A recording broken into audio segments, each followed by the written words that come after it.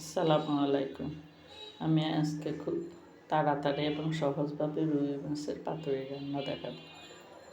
আজকে আর মশলা মাখায় রাখি নাই। কড়াইয়ের মধ্যে তেল, পেঁয়াজ, হলুদ গুঁড়ো, মরিচের গুঁড়ো, রসুন বাটা দিয়ে একটু পানি দিয়ে কষা নিয়ে মাছগুলি দিয়ে দিলাম।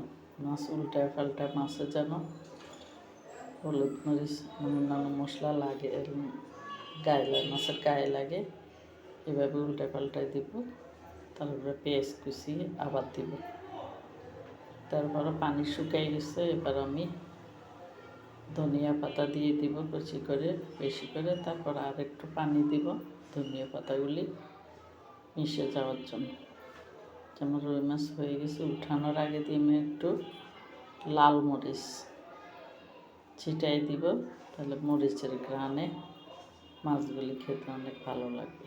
এই যে আমার আজকের দুপুরের খাবার, আজকে খিচুড়ির সাথে আর মাংস ডিম নয়, রুই মাছ, লাউ চিংড়ি,